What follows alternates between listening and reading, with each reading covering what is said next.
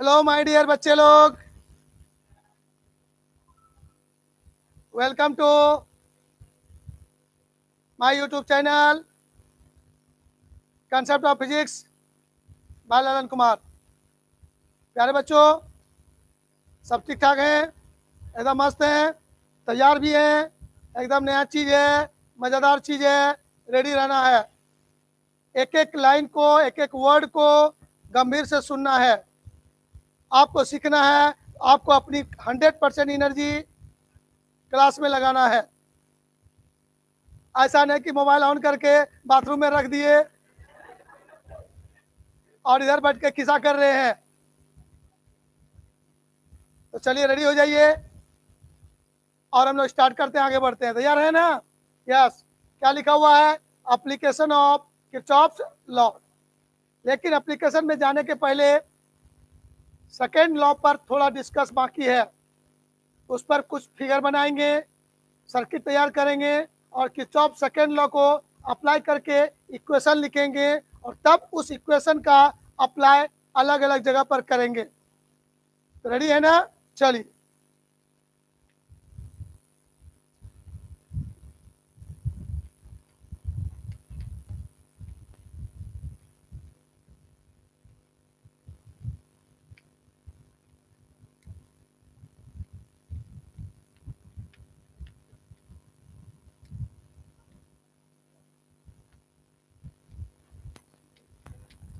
Second law को हम लोग लिख चुके थे, देख चुके थे। बस सिर्फ एक डायग्राम देना है।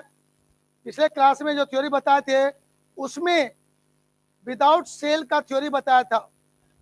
कोई सेल नहीं था, तब कैसे होगा। और अब मैं बताऊंगा सेल रहेगा तब किरचॉफ सेकेंड लॉ को कैसे अप्लाई करेंगे। तैयार है सीखने के लिए?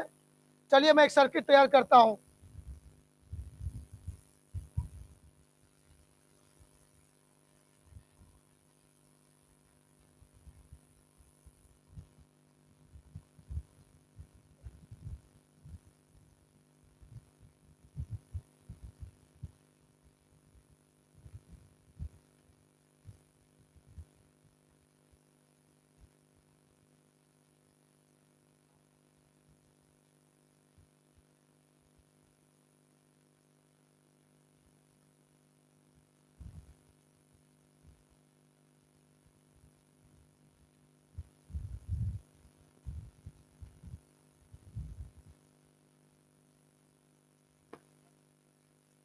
ये जो लाइन बाहर दिखाए इसका मतलब हुआ एक परिपथ का एक जाल बना हुआ था। उसी जाल में एक बंद परिपथ को मैंने बाहर निकाला और उस पर विचार करना शुरू किया। इस परिपथ का नाम दे देते हैं ए, बी, सी, डी, ई, एफ। यह आपका हो गया परिपथ। सपोज कर लीजिए इसका resistance R1, R2, R3, R4, R5, R6। मतलब इस बंद परिपथ में 6 ब्रांच है। कितना ब्रांच है? 6 ब्रांच है, 6 ब्रांच है। अब यहाँ पर सेल है, प्लस माइनस को दिखा दिए। इसका ईएमएफ है E1, इसका ईएमएफ है E2 और एक सेल यहाँ पर है, इसका ईएमएफ है E3। इस सर्किट में करंट फ्लो हो रहा है I1, इस सर्किट में करंट फ्लो हो रहा है I2, इस सर्किट में करंट फ्लो हो रहा है I3 और इसमें सर्किट में करंट फ्लो हो रहा है I4।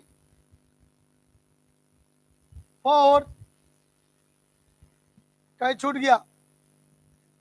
I1 यहाँ दीजिए, इसमें I2 दीजिए, यहाँ I3 दीजिए, यहाँ I4 दीजिए, यहाँ I5 दीजिए और तब इसमें आप दिखा दीजिए I6 दिखा दीजिए।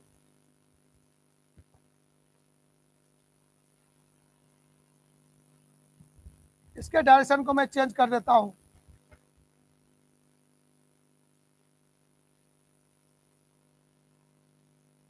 प्यारे बच्चों, जो भी सर्किट आपके सामने दिख रहा है यह एक क्लोज सर्किट है। क्या है आपका? एक क्लोज सर्किट है। इस डायरेक्शन को हमें पॉजिटिव लेना है। क्या लेना है? पॉजिटिव लेना है।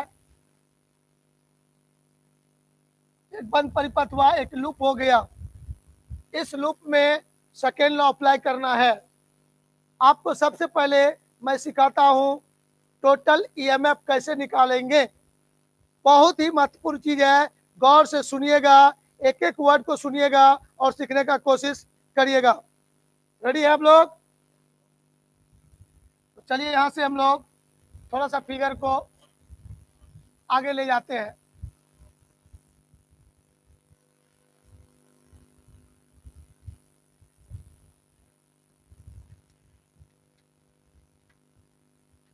इस सर्किट में मैं पूछूंगा आपको टोटल ईएमएफ पहले निकालने सीखते हैं हम लोग।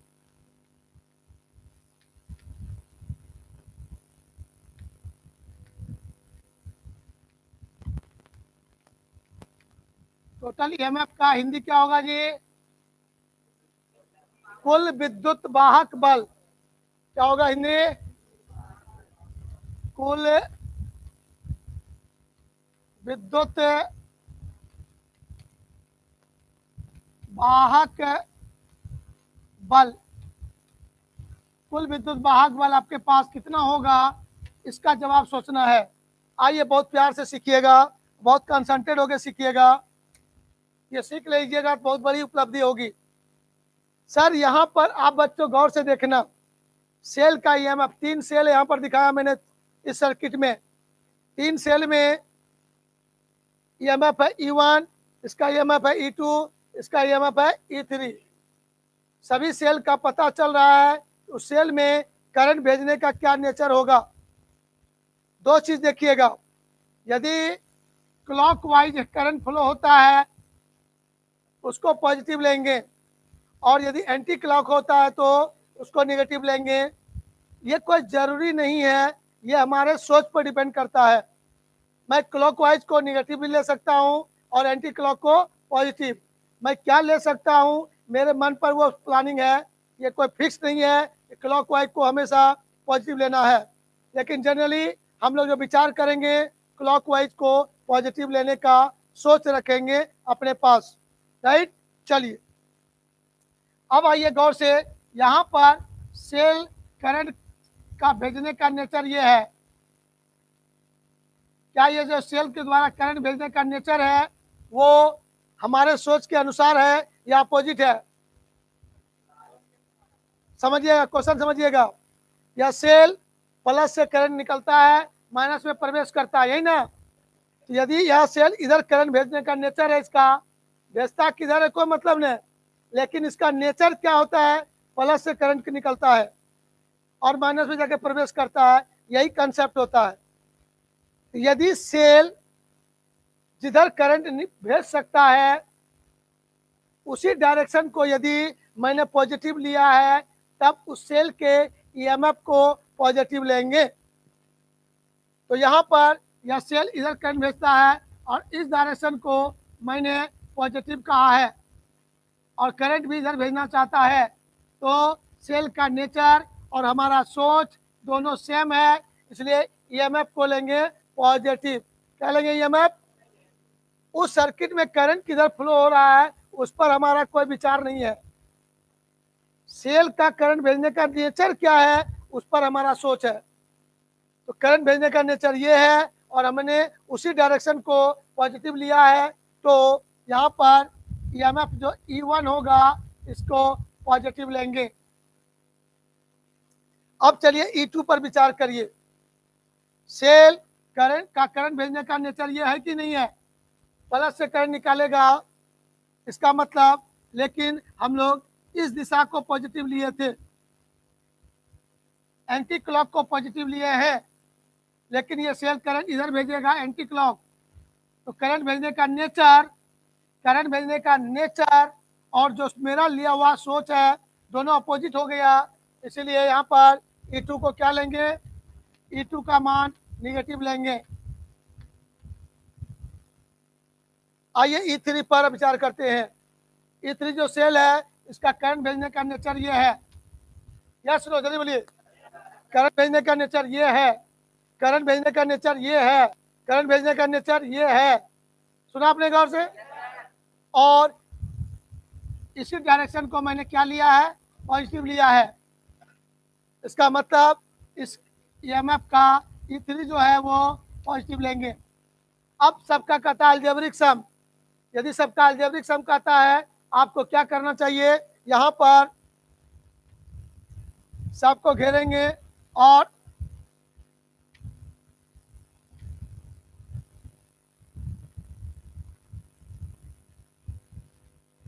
सबके बीच में प्लस साइन देंगे।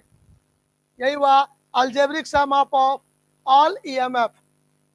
सभी सेल का EMF का अलजेब्रिक सम आपने ले लिया। तो फाइनली सॉल्व करने के बाद क्या मिलेगा? E1 minus E2 plus E3। ये हो गया आपका टोटल EMF का मान। आपने सोच लिया, इस सर्किट का टोटल EMF सोच लिया। एक स्टेप खत्म, सीख लिया आपने। जल्दी यस बोलोगे। जो मैं सिखाने का कोशिश किया आपने गौर से सुना। अब यदि 2 मिनट के बाद वीडियो देखिएगा तो माथा काम नहीं करेगा।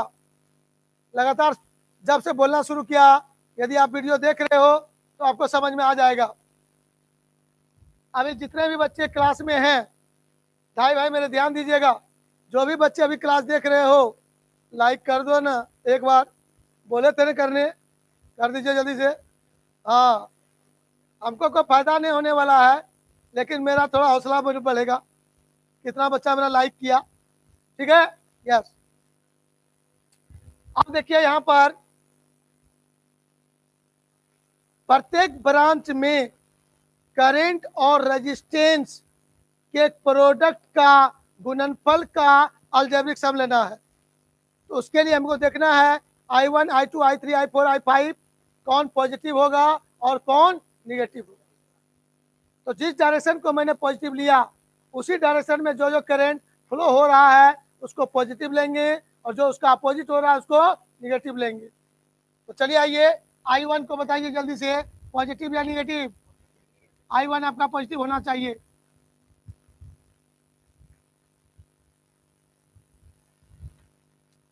I1 क्या होना चाहिए? पॉजिटिव। I2 के बारे में सोचोगे, I3 सोचोगे, I4, I4, I4, I5, I6। चलिए इसको आपने समझ लिया। तो प्रत्येक ब्रांच में करंट और रेजिस्टेंस का अलजेब्रिक सम। तो हम लोग क्या कर सकेंगे?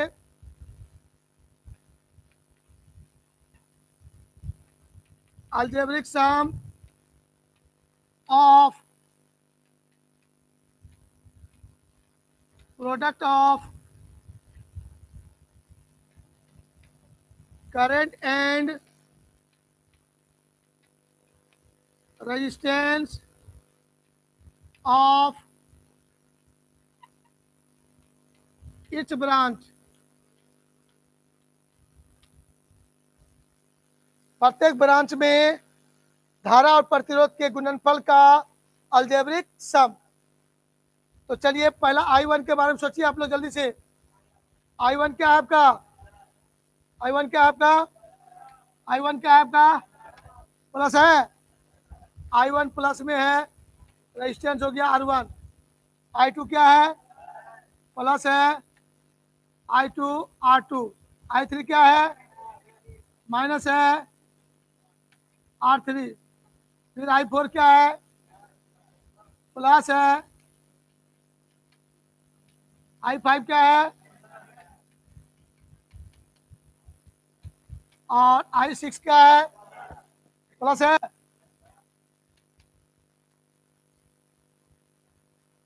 टोटल EMF निकाल लिया, सभी ब्रांच में रेजिस्टेंस और करंट का अलजेब्रिक सम ले लिया।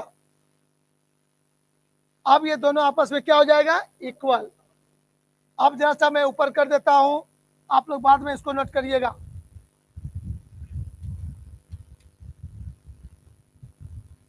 फ्रॉम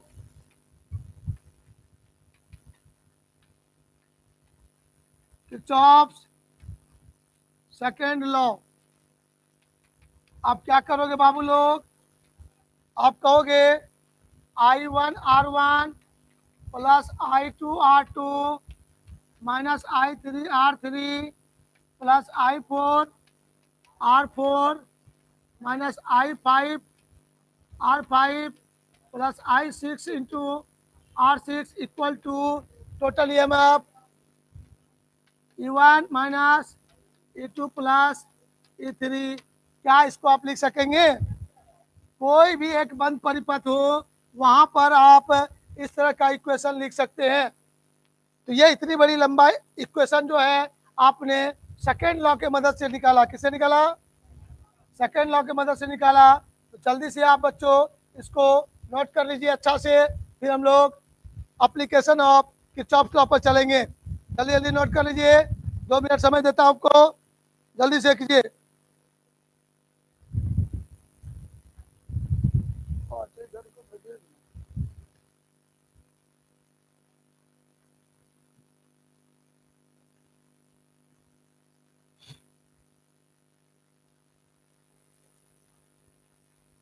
हो गया लिखा हुआ? जल्दी बताइएगा।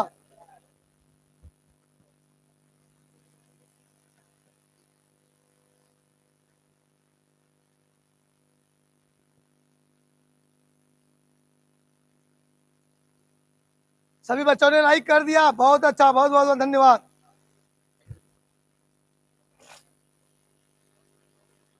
लेकिन अभी भी बहुत बच्चा लोग नहीं देख रहा है क्लास। सब लोग अपने अपने दोस्त को जल्दी फोन करके को क्लास करने के लिए, क्योंकि छूटेगा तो बहुत दिक्कत होगा।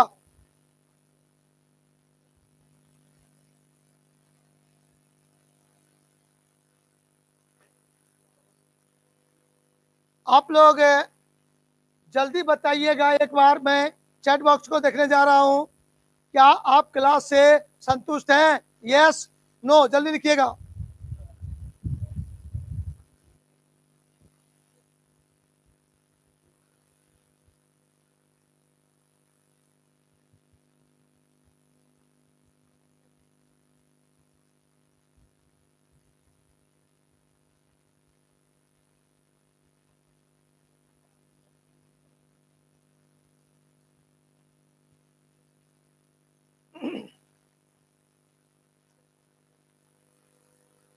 चलिए प्यारे बच्चों, आगे बढ़ते हैं। आप लोगों ने हमको यस कह के गदगद कर दिया। चलिए और आगे बढ़ते हैं हम लोग, तब और जोश में क्लास होगी।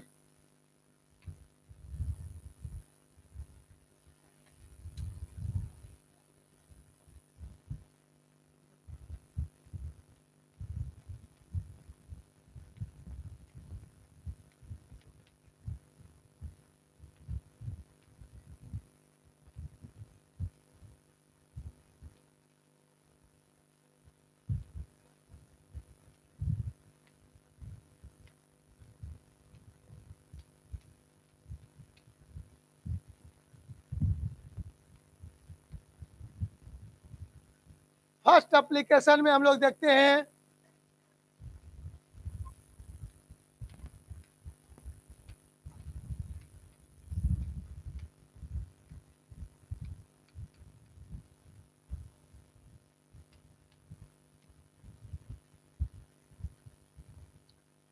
आपको। अब वो दिन याद आएगा, मैंने बोला था कभी कैपेसिटर, कैपेसिटर का जब थ्योरी पढ़ा रहे थे, सीरीज और पैरेलल कॉम्बिनेशन ऑफ कैपेसिटर पढ़ा रहे थे, तो वहां से उसका इक्विवेलेंट कैपेसिटेंस, समतुल्य धारिता जब सवाल बता रहे थे न्यूमेरिकल, तो इस वर्ड का यूज किए थे। तो आप अब उस चीज को आज पढ़ने वाले हैं, गौर से इसको समझेंगे, सीखेंगे। व्हिटस्टोन हमारे साइंटिस्ट का नाम है, जिन्होंने एक ब्रिज का निर्माण किया है, पुल का निर्माण किया है। वो पुल कैसा है, क्या चीज बताता है, उस पुल के थ्योरी को पढ़ने में किरचॉफ्स लॉ का अप्लाई करते हैं। कैसे अप्लाई करेंगे, क्या मिलेगा, आइए गौर से उसको देखेंगे। कहता है व्हिटस्टोन ब्रिज क्या है? 4 चालक तार 4 रजिस्टर है जो एक चतुर्भुज के रूप में जोड़ा जाता है। चतुर्भुज में 4 गो कोना मिलेगा, 4 शीर्ष बिंदु होगा। तो विपरीत शीर्ष बिंदु के बीच में एक गैल्वेनोमीटर जोड़ते हैं जो धारा को बताता है, और विपरीत शेष जो शीर्ष बिंदु होगा उसके बीच एक सेल को जोड़ा जाता है। तो 4 चालक तार को एक चतुर्भुज के रूप में जोड़ेंगे, 4 शीर्ष बिंदु होगा, विपरीत शीर्ष बिंदु के बीच में एक गैल्वेनोमीटर जोड़ा जाता है, और शेष 2 शीर्ष बिंदु के बीच में एक सेल जोड़ा जाता है। इस प्रकार का जो सिस्टम तैयार होता है, ऐसी व्यवस्था तैयार की जाती है, उसी को कहा जाता है व्हीटस्टोन ब्रिज। तो चलिए व्हीटस्टोन ब्रिज को मैं चित्र में दिखाता हूं। 4 गो चालक तार है,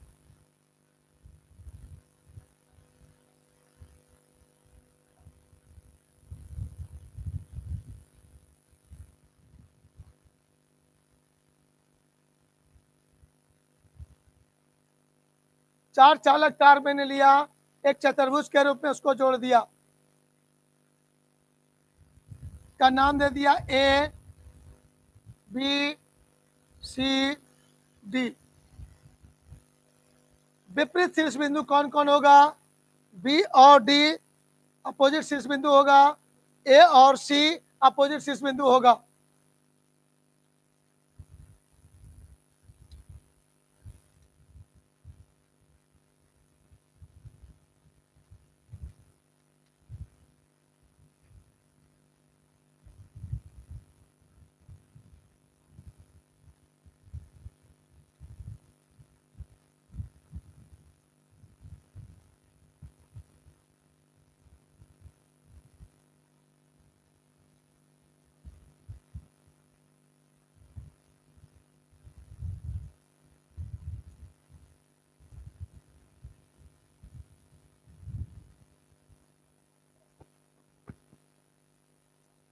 इसके रेजिस्टेंस को मान लो P,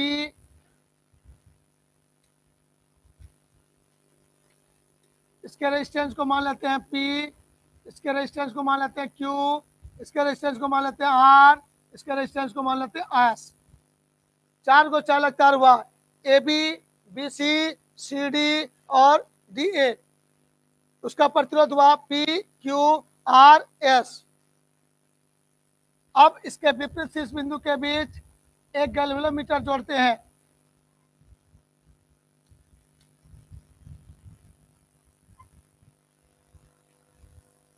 और बाकी जो शीर्ष बिंदु है उसके बीच एक सेल को जोड़ते हैं।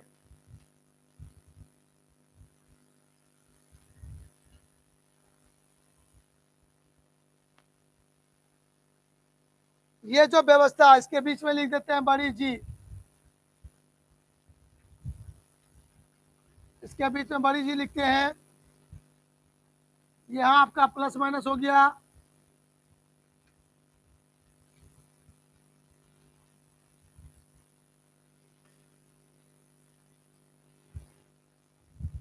तो हमारे बीच ये जो है आपका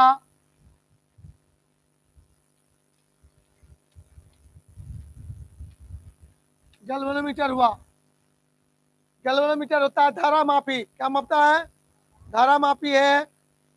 इससे विद्युत वाहक बल भी मापने में मदद करते हैं, सेल का आंतरिक प्रतिरोध भी माप सकते हैं, जिसका बनावट हम लोग आगे पढ़ेंगे फ्यूचर में।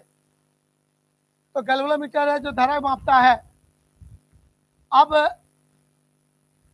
जैसे सेल को जोड़कर स्विच को ऑन करते हैं तो यह सेल इस सर्किट में करंट भेजता है, और ये करंट आई भेजता है, और वो करंट आपका यहाँ पर आते जाता है और जंक्शन ए पर पहुँचेगा। ये करंट इस जंक्शन पर जैसे करंट पहुँचता है, करंट हमारा बट जाता है।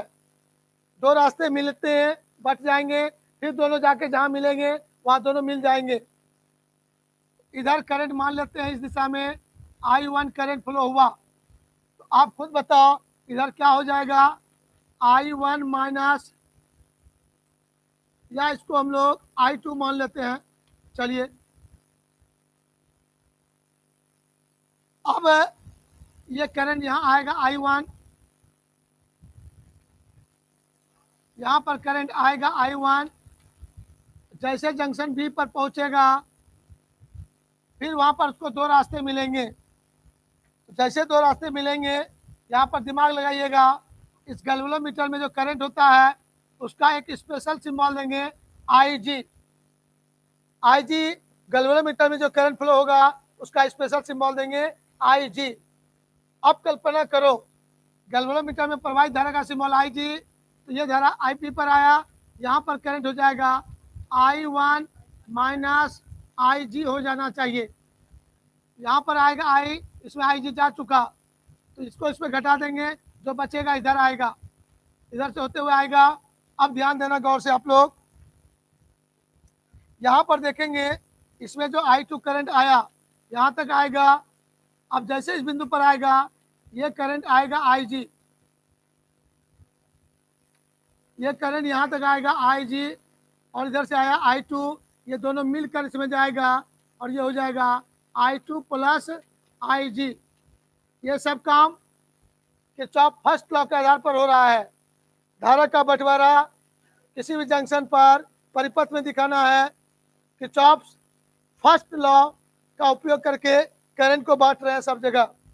और जैसे जंक्शन सी पर आएगा करंट, ये करंट यहाँ पर आएगा और ये इधर से आएगा, दोनों मिल जाएगा यहाँ पर, तो मिलेगा, इसको इसको ऐड करके देखिए IG प्लस IG माइनस खत्म, बचेगा I1 प्लस, यहाँ हो जाएगा I1 प्लस I2, वो मिल के क्या हो जाएगा I।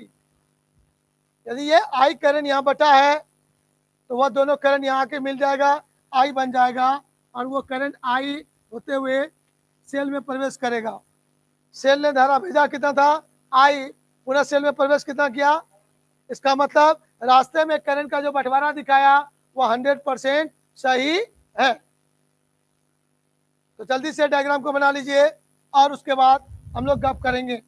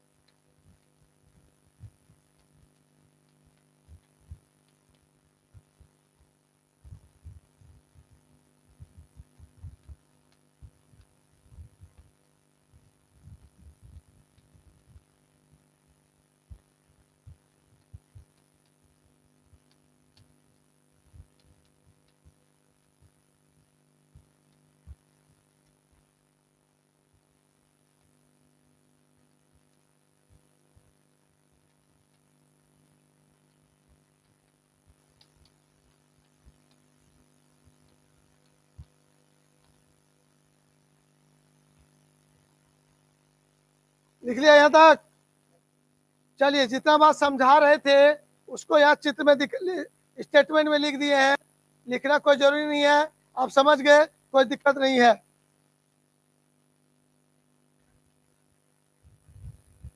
तो यहाँ पर देखते जाएंगे गौर से। सेल इस परिपथ में धारा आई भेजता है, वो धारा आई जंक्शन ए पर पहुंचता है और दो भागों में बढ़ जाता है, ए से बी की ओर I1 और ए से डी की ओर I2। मतलब यहाँ पर मैं कह सकता हूँ करंट I बराबर I1 प्लस I2 किस आधार पर? फर्स्ट लॉ से। कहाँ से कहेंगे? First law, current law, junction law. First law, current law, junction law. Total incoming current equal to total outgoing current. Junction A पर इनकमिंग करंट कितना हुआ? I, आउटगोइंग हुआ I1 एंड I2, दोनों का सम I के बराबर हो जाएगा। ये हो गया फर्स्ट लॉ। फिर देखेंगे जंक्शन सी पर। जंक्शन सी पर आएंगे, incoming current I1 minus IG, इधर से incoming current I2 plus IG, total current IG minus plus cancel हो जाएगा, I1 प्लस I2 फिर मिलकर बन जाएगा I। तो किरचॉफ फर्स्ट लॉ से सभी जंक्शन पर करंट के बंटवारा को दिखाया गया है।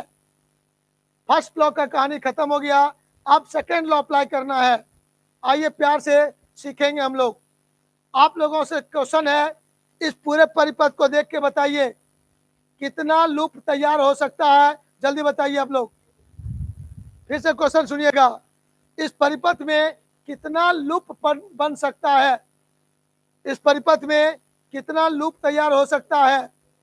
क्योंकि सेकेंड लॉ अप्लाई करने के लिए लूप खोजना पड़ेगा। क्या खोजना पड़ेगा? लूप समझते हैं? हाँ सर, बंद परिपथ। क्या होता है?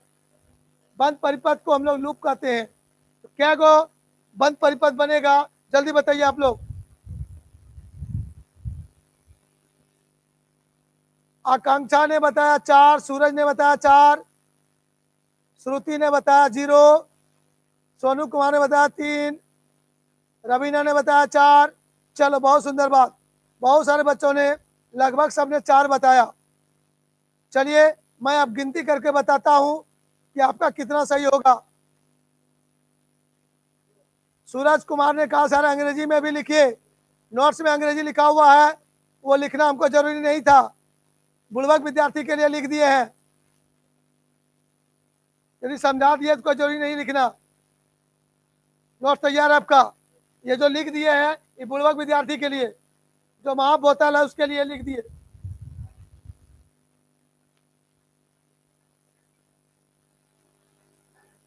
चलिए ठीक है, अब आगे बढ़ते हैं, समझिएगा।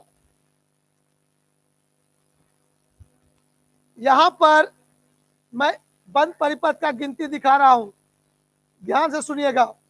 बंद परिपथ एक बनेगा ABD, एक बंद परिपथ हुआ ABD, गिनती हो गया एक तो यहां पर। दूसरा हो जाएगा BCD, B, दूसरा हो जाएगा ये। फिर हो जाएगा ABCDA, तीसरा हो जाएगा पूरा। फिर कहेंगे ABC, ऐसे होते हुए फिर A, 4 हुआ। फिर ADC, ऐसे होते हुए 5 हो गया। हम लोग का गिनती 4 पूरा था। क्या हो सकता है? 5 गो लूप यहां हो सकता है। अब 5 लूप में, प्रत्येक लूप में आप लोग सेकेंड लॉ को अप्लाई कर सकते हो। 5 इक्वेशन बनेगा, लेकिन हमें कोई 2 बंद परिपथ लेना है, 2 लूप लेना है जिसमें सेल नहीं है। तो बिना सेल वाला 2 गो लूप लेना है हमको। 2 इक्वेशन आएगा, उसको सरल करके आगे बढ़ेंगे। लेकिन उसके पहले 2 शब्द बोलने वाले हैं। यह व्हीटस्टोन ब्रिज जो आप देख रहे हो, ये संतुलित भी हो सकता है और असंतुलित भी हो सकता है। संतुलित व्हीटस्टोन ब्रिज जो होगा उसमें गैल्वेनोमीटर से धारा प्रवाहित नहीं होगा। मतलब ये कब ऐसा हो सकता है, ये कब ऐसा हो सकता है, गौर से सुनेंगे। जब सेल को जोड़ दिया मैंने तो प्रत्येक बिंदु पर विभव उत्पन्न हो जाएगा और बी बिंदु पर और डी बिंदु पर विभव का मान, पोटेंशियल का मान बी और डी पर पोटेंशियल का मान यदि इक्वल हो जाए, विभव समान हो जाए, तो विभव का अंतर शून्य हो जाएगा।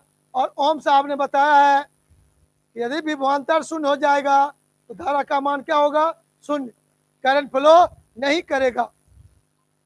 तो सर्किट को जोड़ते हैं, रेजिस्टेंस प्रतिरोध को चेंज करते हैं, घटाते बढ़ाते हैं, तो कोई न कोई ऐसा स्थिति आएगा जहां पर बी बिंदु और डी बिंदु के बीच विभवांतर का मान शून्य हो जाएगा और गैल्वेनोमीटर से प्रवाहित धारा का मान शून्य हो जाएगा। मतलब IG का मान शून्य हो जाएगा और जैसे शून्य हो जाएगा तब इसको कहेंगे संतुलित Wheatstone bridge.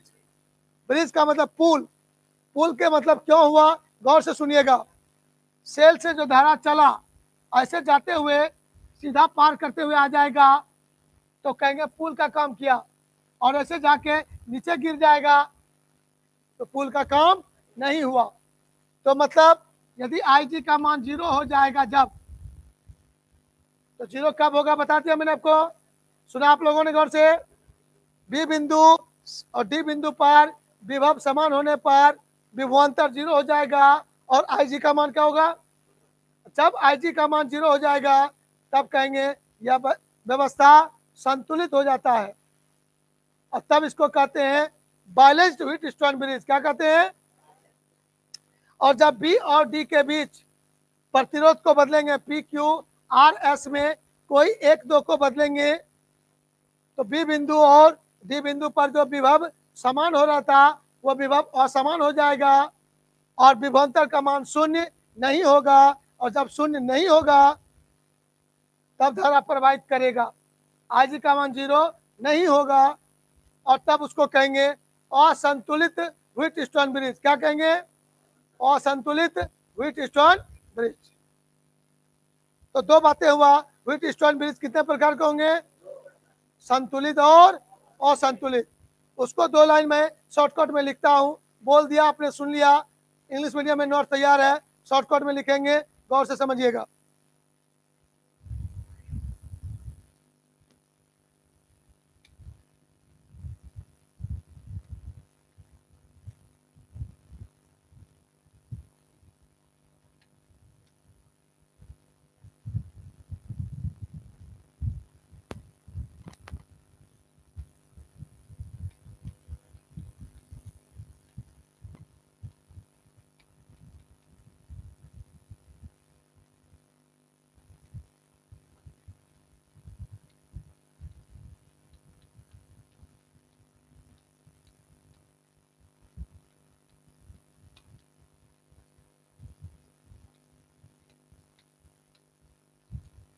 Wheatstone bridge 2 type के होते हैं। पहला नंबर में क्या लिखेंगे,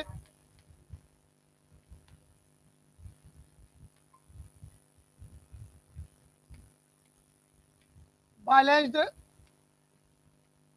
Wheatstone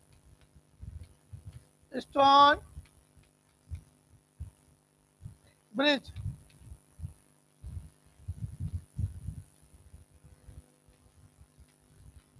when potential at points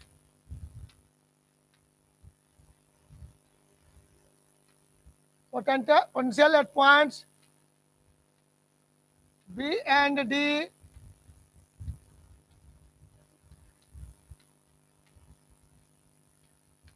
are same,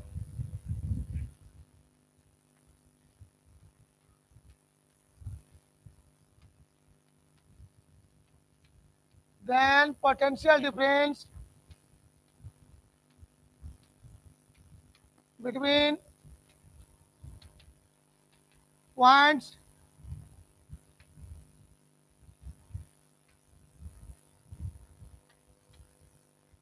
between points B and D is 0, then Ig equal to 0. सारे बच्चे समझ गए? हिंदी समझ गए आप लोग? हाँ सर, बोल देते हैं हिंदी, जब सुन लीजिएगा गौर से। जब, ये बात कई बार बोल चुके हैं, जब बिंदु बी और डी के बीच या बिंदु डी और बी और डी के पर विभव समान होता है, तब उसके बीच का विभवांतर शून्य होता है और करंट का मान भी क्या होता है? शून्य। मतलब गैल्वेनोमीटर से प्रवाहित धारा क्या होता है? शून्य होता है। तो मैं यहां लिखूंगा, जब गैल्वेनोमीटर से प्रवाहित धारा Ig का मान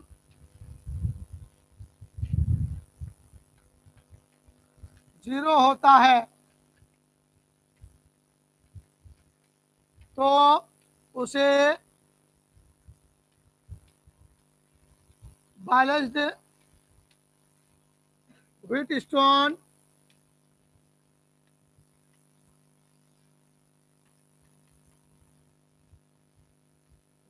ब्रिज कहा जाता है। चलिए इस बात को समझेंगे। अब आपका अनबैलेंस है,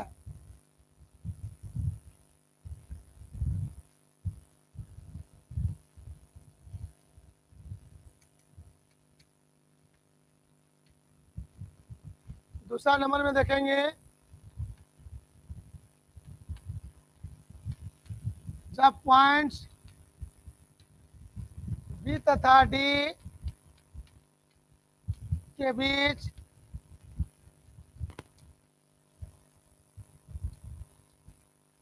पर विभव पोटेंशियल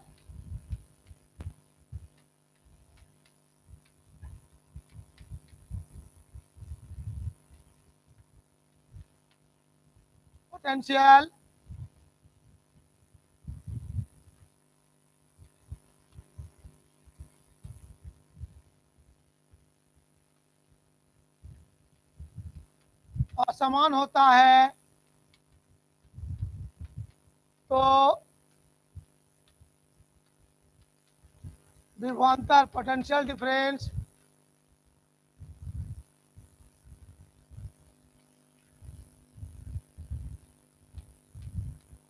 जीरो नहीं होता है और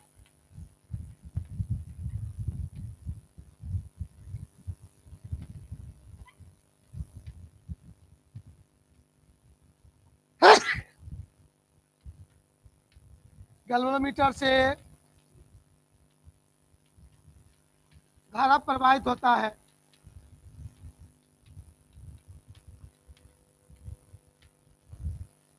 धारा प्रवाहित होता है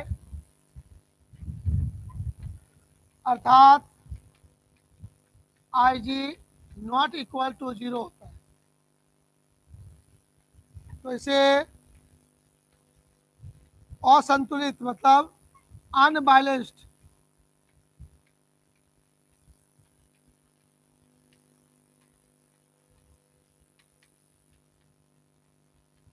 व्हीटस्टोन ब्रिज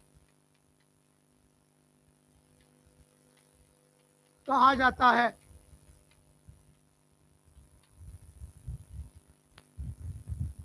तो बाद बाकी बहुत सारी बातें इसमें है। क्वेश्चन आपसे आगे पूछा जाएगा, क्या जल्दी सुन लीजिएगा। संतुलित व्हीटस्टोन ब्रिज के शर्त को प्राप्त करें। 5 नंबर का क्वेश्चन बोर्ड एग्जाम में पूछा जाता है। बैलेंस व्हीटस्टोन ब्रिज के लिए क्या शर्त है उसको प्राप्त करें, और यदि अनबैलेंस व्हीटस्टोन ब्रिज है तो गैल्वेनोमीटर से प्रवाहित धारा का मान कितना होगा उसका व्यंजक प्राप्त करें। ये 2 क्वेश्चन पूछा जाता है, प्रत्येक क्वेश्चन 5 नंबर का पूछा जाता है। आगे फ्यूचर में मोस्ट इंपॉर्टेंट होगा, जिसको हम लोग अगले क्लास में करेंगे। सावधान, गौर से सुनिएगा, गौर से जुड़िएगा, मन लगा के पढ़िएगा। तब तक के लिए बाय बाय।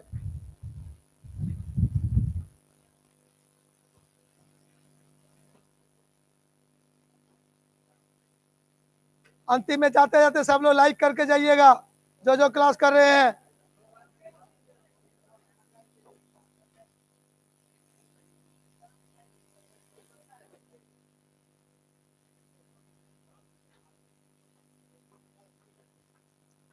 आप सभी बच्चों को एक नया इंफॉर्मेशन, आपके ऑप्टिक्स का भी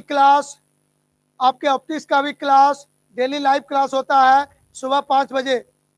समय मिलता है तो देखिएगा, लेकिन एक बार जरूर 5 मिनट जरूर सभी को बच्चे वीडियो देख लीजिए कीजिएगा, मेरा व्यू बढ़ेगा।